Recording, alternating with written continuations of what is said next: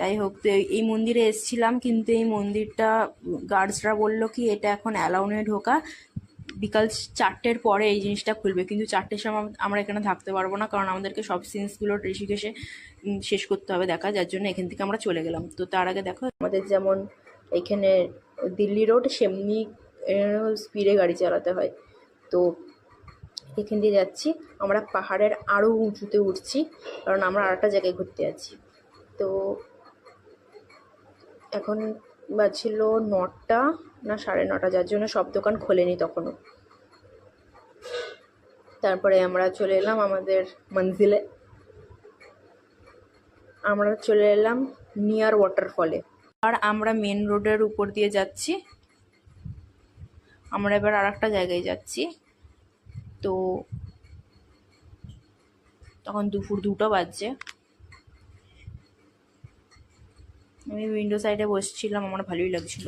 এখানে তো পাহাড়ের মতন মেন রোড, দেখো আস্তে আস্তে আবার আমরা উঠবো।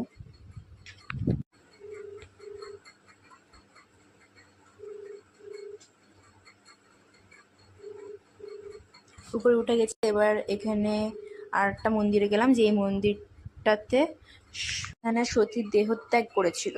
তো এখানে আমি আর গেলাম না, আমার ভালো লাগছিল না, আমি ওখানে একটু ঘুরছিলাম। তো যাই হোক, এরপরে আমরা আবার গাড়িতে উঠে গেলাম, দিয়ে একটা জায়গায় যাচ্ছি গাইজ, সেটা হচ্ছে কি হরিদ্বার। হরিদ্বারের হোটেলে এসে গেছি, এটা মেন জায়গা যেখানে হচ্ছে কি আমরা ঘুরতে এসেছি অ্যাকচুয়াল। এরপরে আমরা আবার যাচ্ছি মন্দিরে হরিদ্বারের সন্ধ্যা আরতি দেখতে। তো গাইজ আমরা এখন বেরিয়ে গেছি, তো এখন হাঁটছি।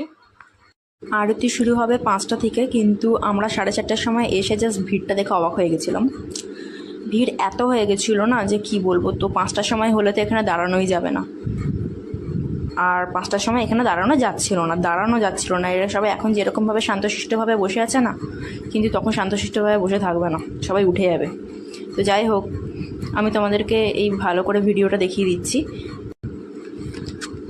আর ওখানের এই ভিউটা দেখাচ্ছি আরতির বাদ। ওইখানে গঙ্গাটা কত সুন্দর লাগছে, মানে সব পাথর বেরিয়ে গেছে, এতটাই জল কম। তো যাই হোক, তো আমি এবার আমাকে একটু নিজেকেও দেখিয়ে নিলাম, ভালোই লাগছে নিজেকে দেখাতে। হরিদ্বারে এসে ভালোই লাগছে।